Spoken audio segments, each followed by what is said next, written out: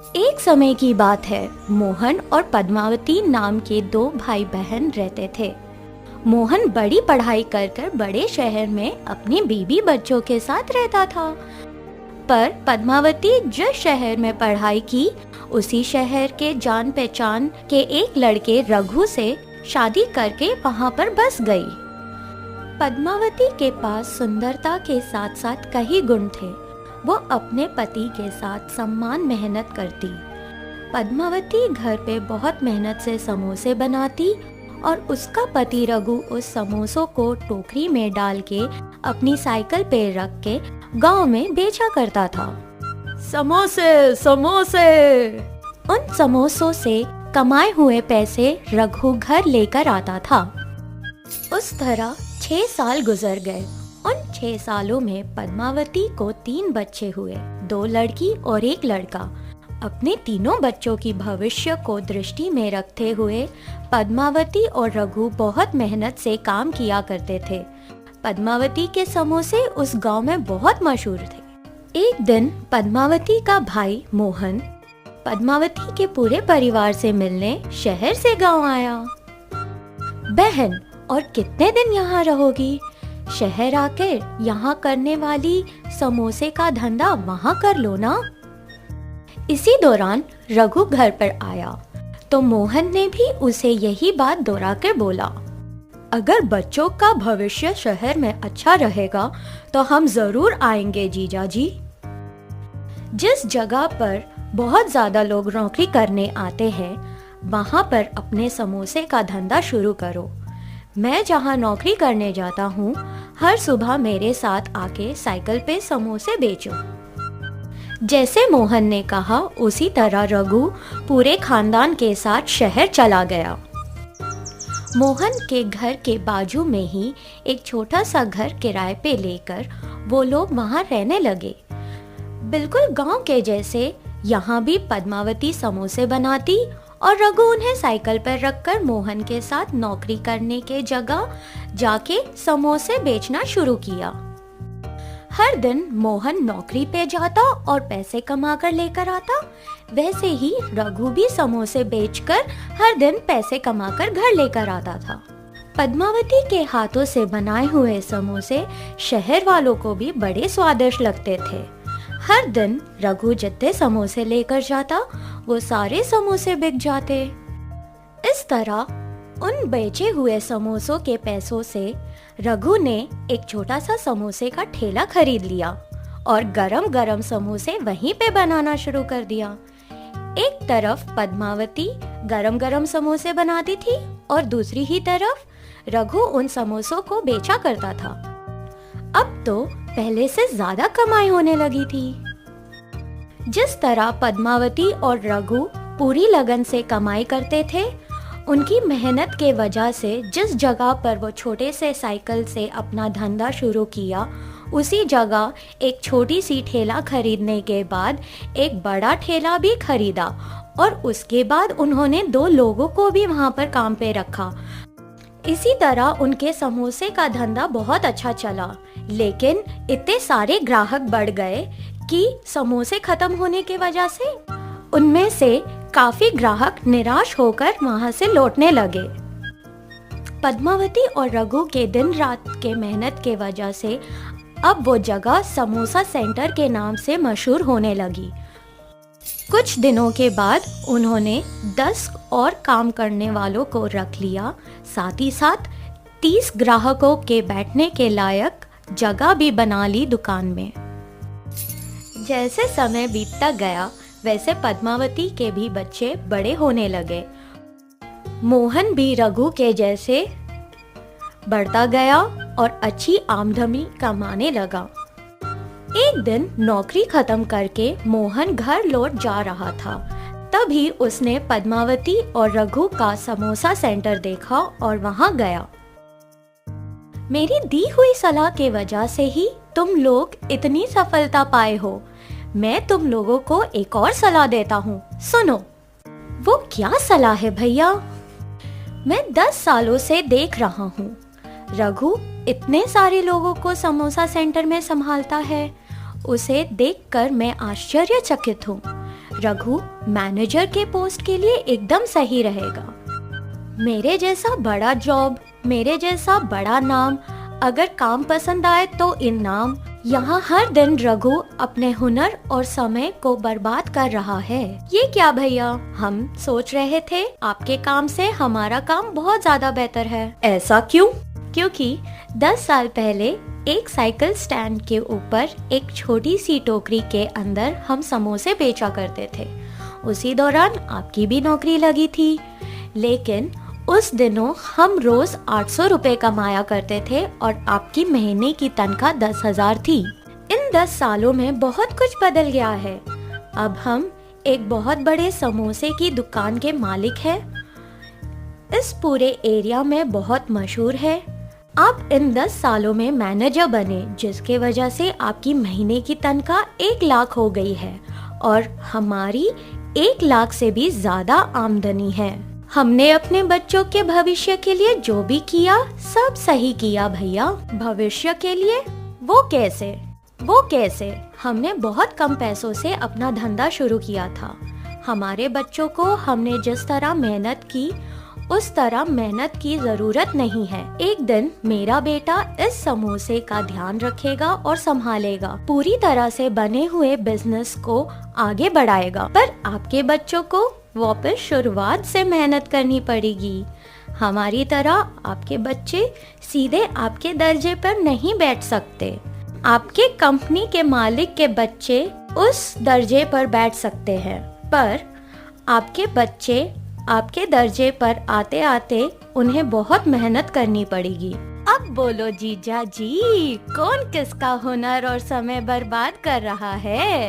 इन सारी बातों को सुन के मोहन को भी लगा कि जो पद्मावती और रघु बोल रहे हैं वो एकदम सही है। वो चुपचाप सोचते हुए वहाँ से चला गया। पद्मावती और रघु ने अपने दोनों बेटियों की शादी कर दी और अपने बेटे को समोसा सेंटर का धंधा सौंप दिया। पद्मावती के लड़के को बहुत मेहनत से काम करता हुआ देखकर और अच्छा नाम कमाते हुए देखकर मोहन ने अपनी बेटी को उससे शादी करने का फैसला किया और यह सोचकर रघु और पद्मावती से पूछा, जिसके लिए सब लोग खुशी खुशी मान गए। अब सिर्फ तुम्हारे बच्चों का ही नहीं, मेरी भी बेटी की जिंदगी खुशी खुशी कटेगी। एक समय में एक गांव में रामन्ना नामक एक रेलवे कूली था। रामन्ना उसके बीवी और 2 बच्चों के साथ एक छोटे घर में रहता था। वो रोज के वेतन के लिए रेलवे स्टेशन में सूटकेस और बैग्स को उठाता था। वो अच्छा आदमी था, लेकिन उसकी बुद्धि थोड़ा टेढ़ा था। रामन्ना स्टेशन के प्लेटफॉर्म पे खड़े होके आते जाते प्रयाणिकों को कूली के लिए पूछता था। कूली बाबू, कूली भैया, कूली साहब, ऐसे वो कूली काम के लिए स्टेशन में आते जाते हर लोग से पूछता था। लेकिन रामन्ना को एक भी कूली का काम नहीं मिल रहा था। रामन्ना को सुबह खाने की आदत थी, लेकिन उस दिन कुछ न खाने के कारण वो फीका पड़ गया था। दीवार पे थोड़ा ऐसा झुककर खड़ा था।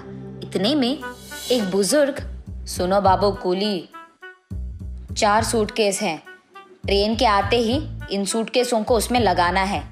जी साहब, लगा दूंगा। रख तो मैं दूंगा, लेकिन कितना दोगे ये तो बोलिए। हर सूटकेस का 5 रुपए मानकर मैं तुम्हें 20 रुपए दूंगा। क्या 5 रुपए दोगे? तो तुम ही उठा लो ये बैग, जाओ जाओ। सूटकेस का 25 रुपए मानकर 100 रुपए दे दो। क्या सूटकेस का 25 रुपए?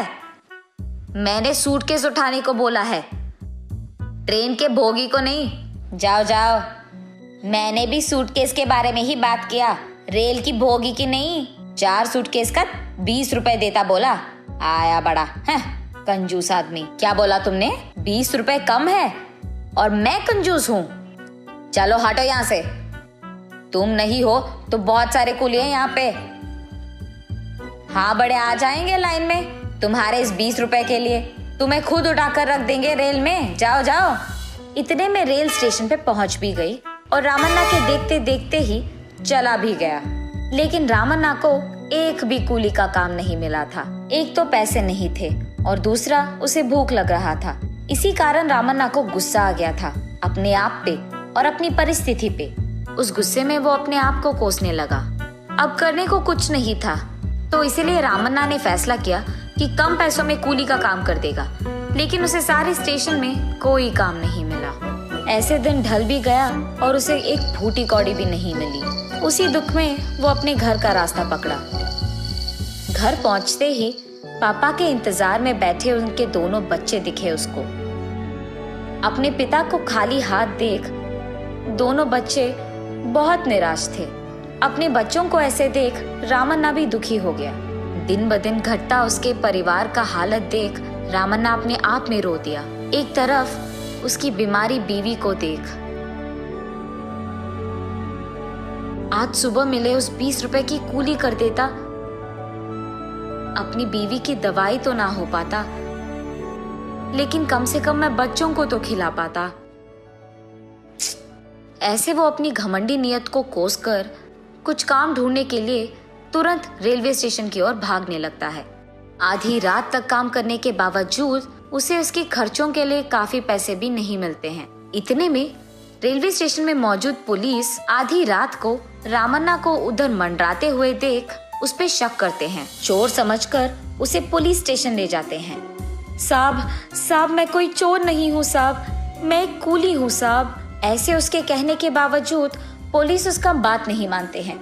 उसके पास मौजूद थोड़ी बहुत चिल्लर भी ले जाते हैं। तुम्हारे कूली का पहचान लेकर कल स्टेशन आओ, तब तुम्हें छोड़ते हैं। साहब मैं कोई चोर नहीं हूँ साहब, मेरी बात तो सुन लो साहब। ऐसे रामन्ना पुलिस को समझाने की बहुत कोशिश करता है, लेकिन उसकी बात ना मानकर पुलिस वहाँ से चले जाते हैं। इस कारण रामैया स्टेशन में अकेले बैठकर, हाय भगवान, मेरी इतनी बुरी हालत क्यों कर दी तूने। मेरे पास बचे चिल्लर भी उन्होंने ले लिया। आज मैं अपने बच्चों को क्या खिलाऊंगा। ये सब सोचते हुए निराश होकर रामैया स्टेशन में चलते जाता है। इतने में रेलवे पे खड़े एक ट्रेन में से एक प्रयाणी उनके खाने के बाद बचे हुए खाने को रामैया को देते हैं। उस खाने को लेकर रामैया खुशी खुशी अपने घर की ओर बढ़ता है। घर पहुंचते ही अपने बच्चों को इंतजार करते हुए देख रामन्ना जल्दी जल्दी उनके पास जाकर उस खाने का कवर खोलकर उसमें बचे रोटी को उन दोनों में बांट देता है। रामन्ना का छोटा बेटा उसके दिए हुए रोटी को जल्दी खाकर, पापा भूख लग रही है, पापा भूख लग रही है, ऐसे कहता है। और बस रामन्ना के हाथ में बचे आखिरी टुकड़ा भी वो उसके छोटे बेटे को दे देता है। ये देख रामन्ना की बेटी उसके पास जाकर, पापा आप नहीं खाओगे? ऐसे पूछती है।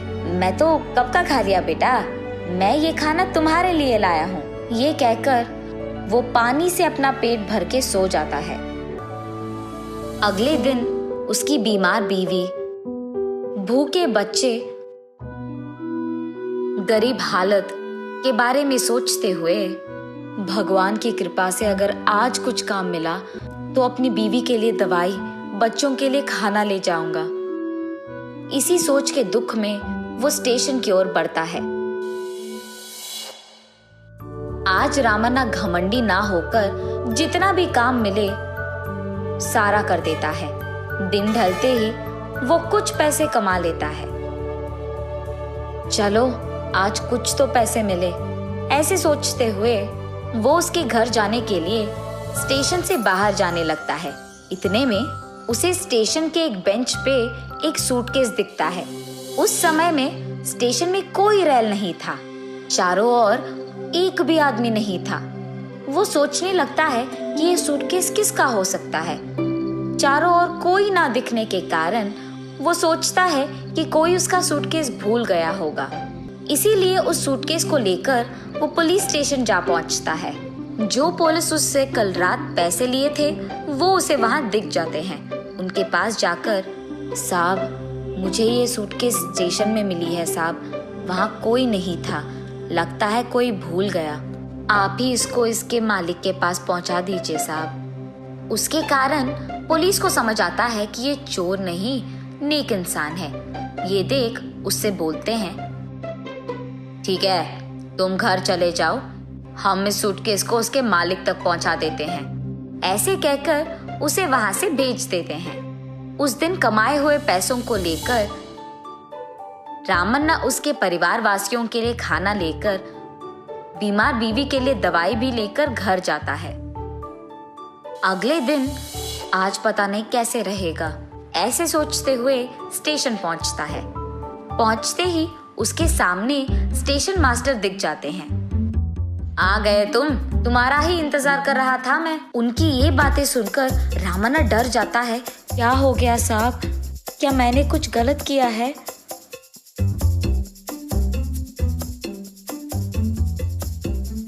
अरे रे, ऐसा कुछ नहीं है रामन्ना।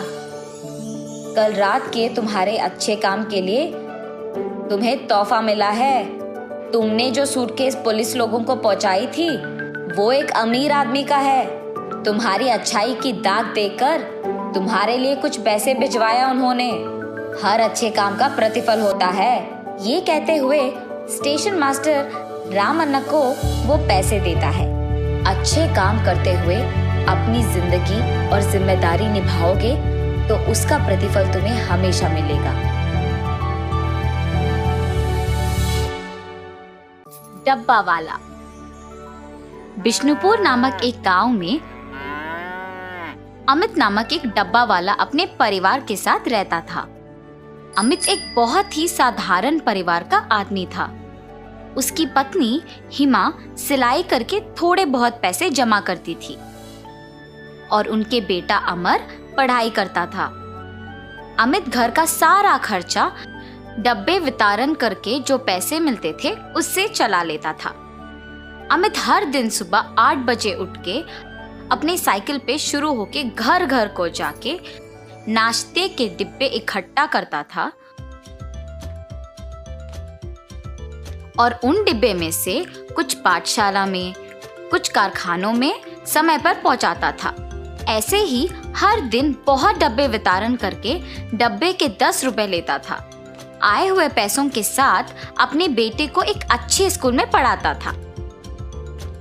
अमित जिस स्कूल में डब्बे पहुंचाता था उसी स्कूल में उसका बेटा अमर पढ़ता था। उसके पिता का हर दिन ऐसे धूप और बारिश में साइकिल चलाना, पसीने में मेहनत करना अमर को बहुत दुख देता था। ऐसे जब एक दिन अमित घर पे था तो अमर ने समय देखकर, पिताजी मुझे आपसे बात करना है। हाँ बोलो बेटा, कैसे पढ़ रहे हो तुम?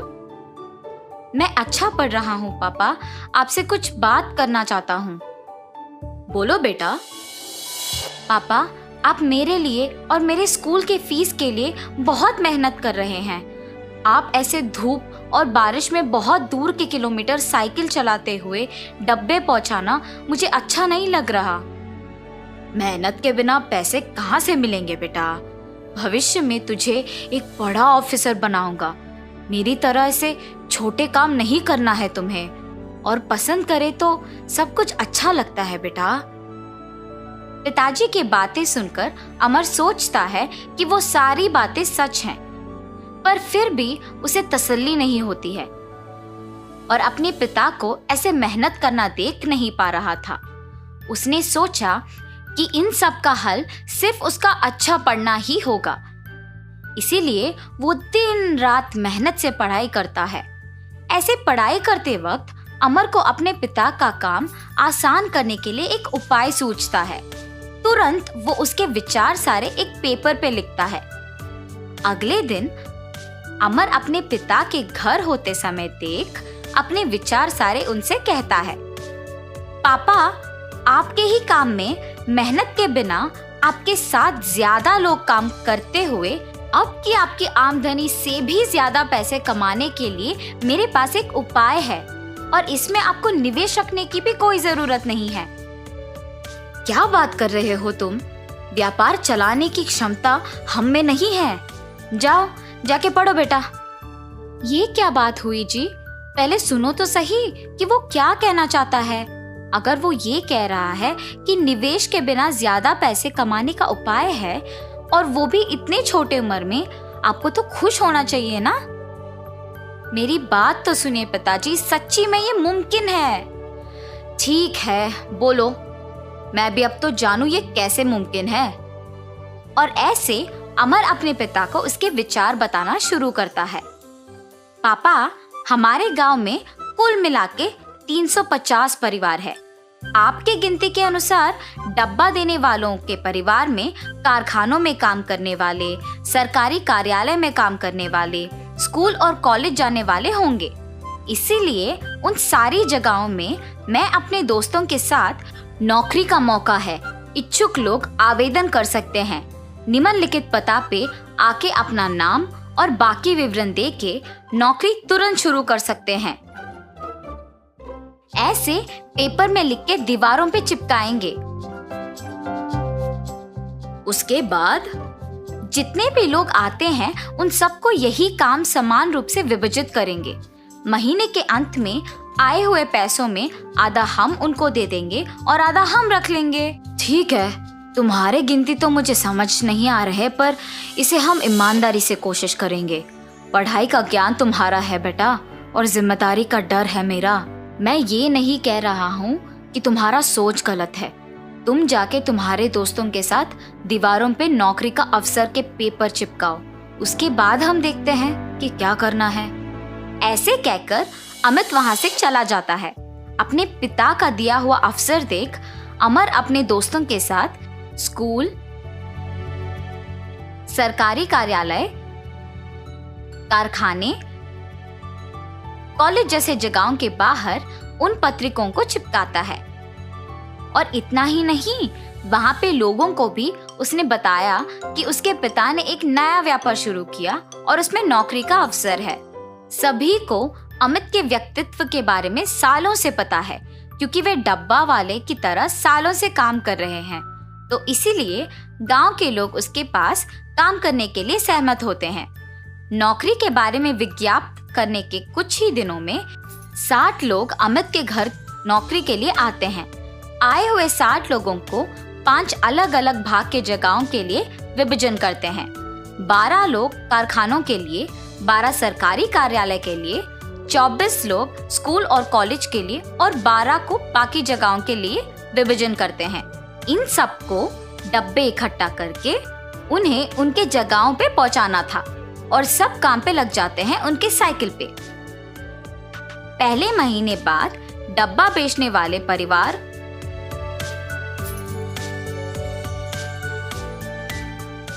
उनको उनके महीने का पैसा 600 दे देते हैं।